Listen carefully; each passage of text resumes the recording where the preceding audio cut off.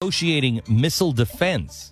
Yeah, he's saying, I will do what Vladimir wants me to do. Look, I can't do it until after the election when I don't have to worry about the American people. That's what he's saying. Yeah. It's truly terrifying when you understand what he's saying.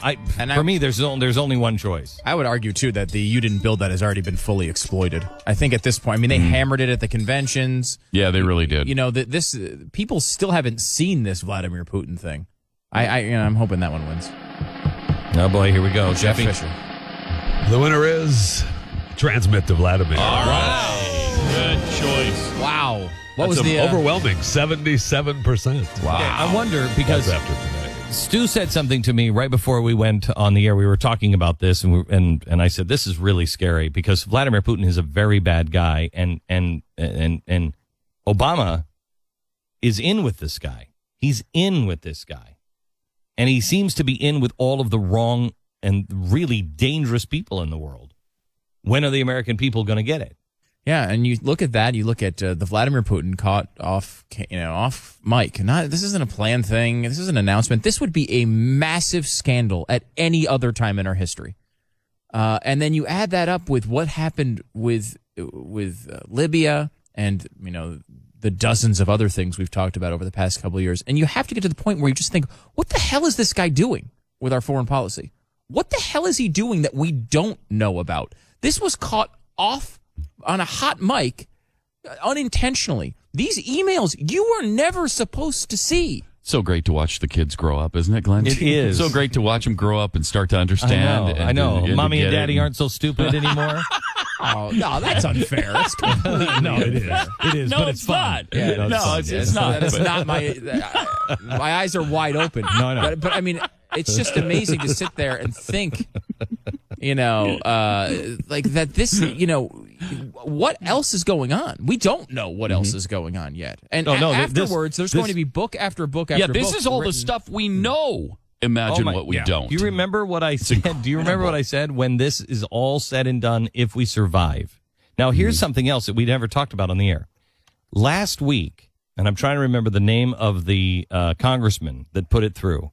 Last week, a bill was introduced to Congress to seal all of the president's records. Did you know that? I did hear about that. Last week, they put a bill through, and they want to push it through to seal everything that has happened in the last 4 years. What is that? Is that a sign that he knows he's going to lose the election? Is that a sign that we know massive investigations are going? What is that? Yeah, it's weird. What is that? And who introduced that bill? I said I can't remember. Oh. No, you can search for it, and I'm sure you'll find. I think a guy from New York. I think it was a Democrat from New York. I can't remember. That's bizarre. Yeah, look, I don't know. Maybe that's usual business and whatever. And before an election, this is really. There's too many things that are out. If the American people don't look at documents, and his side is not, because they're getting their news from Jon Stewart. That's where they're getting their news. This is why the president used Jon Stewart. Remember after the rally for or not Rally for America, but the Restoring Honor in Washington D.C. and they did Restoring Sanity to mock me, and they used Jon Stewart, and it was clearly done by the operatives on the left. Now, Jon Stewart, maybe he was just a useful idiot and didn't know how he was being used, but useful is questionable. But people watch him now. The left watches him, and a lot of those on the right that are our kids watch him, and that's how they get the news. Well, you're not going to ever understand Benghazi. You're not going to understand what this memo means. Jon Stewart's not going to say, and then they went downstairs to the Situation Room and watched the ambassador die in real time on a drone. I'm not going to say that. There's no comedy in there.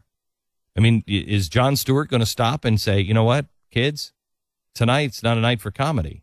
Tonight, our republic is in real danger. No, good God, no. Never. Never. You can give him a little credit as he has gone after their official storyline a couple times. And that's fine as comedy. Yeah, that's fine. No, he's not. But he should. If he was a responsible guy, say, Look, you don't get, I see these reports that you get your news from me. Don't get your news from me. What are you, crazy?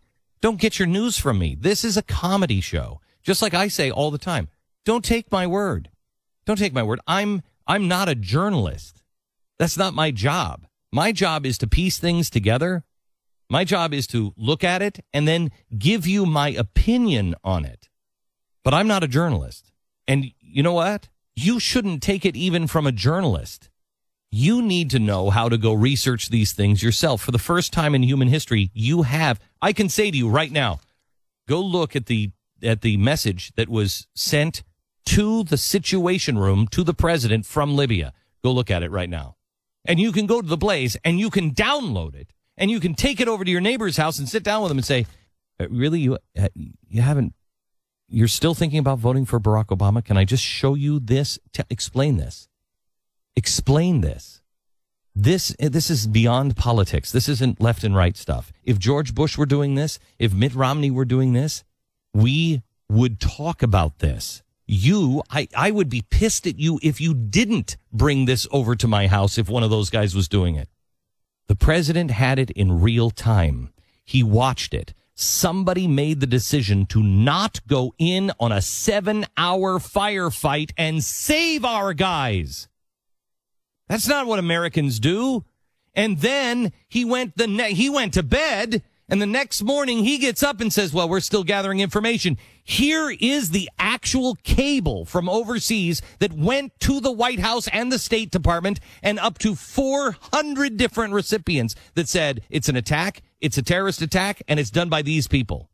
He had that by 6 o'clock the night before. What happened here? Who ordered our military to not save our people on the ground? Your president is lying to you. And we are entering a world where that makes a difference because he just said, I'll transmit this information to Vladimir. I'll have more flexibility when I get the little people out of the way and I can just do whatever I want. But I can't do that now because I have an election to win. He was talking about the security of the United States. This isn't just, hey, what are we going to have? I've got some more flexibility. I'm going to have a cream soup when I come back next time, but I have to keep my weight down because of the election. He was talking about the security of the United States of America. He was talking about our missile defense. He was talking about our shields with somebody who is currently pushing the button and checking how's their nuclear weapons working. And he sits down with them and says, look, I'm with you. I just can't do anything now because I got the little people in here. But as soon as I get past this election, please know that I'm with you. Understand. We stand with you, Mr. President. We transmit to Vladimir. Something is very dangerously wrong, and it's all provable. Bring that to your neighbor tonight. Bring that to every friend you have. Bring it in a spirit of peace. Bring it and say, this is not about politics. There's something very wrong. Please listen. Please. Here are the cables. Here's the timeline. Tonight at 5 o'clock, we are going to go through this whole thing again with all of the new information, and I'll show you what it means. We're entering a very dangerous time. We may not survive because there is a fundamental transformation, and there are people in the Pentagon, there are people in the State Department that should go to jail. There are people in the White House that should go to jail. Military, you cannot tell me that you are willing to die for the Constitution and the Republic and everything this nation stands for, and then stand there and protect someone who let our people die. That's bad enough. But then throw you under the bus, throw the Intelligence Committee under the bus, to throw the State Department under the bus, when here's the document that you had as well. If somebody doesn't start standing up, I'm sorry. You are part of the problem. And how do you stand up? You let more information that needs to You people need resign. To see. Mm-hmm. You say, I was there and I have to tell you, I can't take it anymore.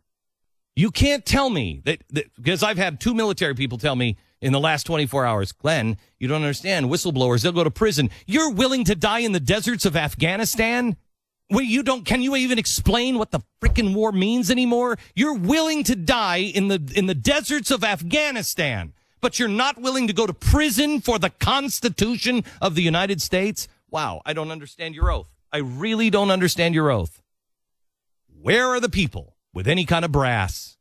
Where are the people with anything on their shoulders? There is something very wrong, and I have news for you. I am not letting this one go, and I don't care who it takes down. I don't care who it takes down. Jail time is in your future if you don't stand up.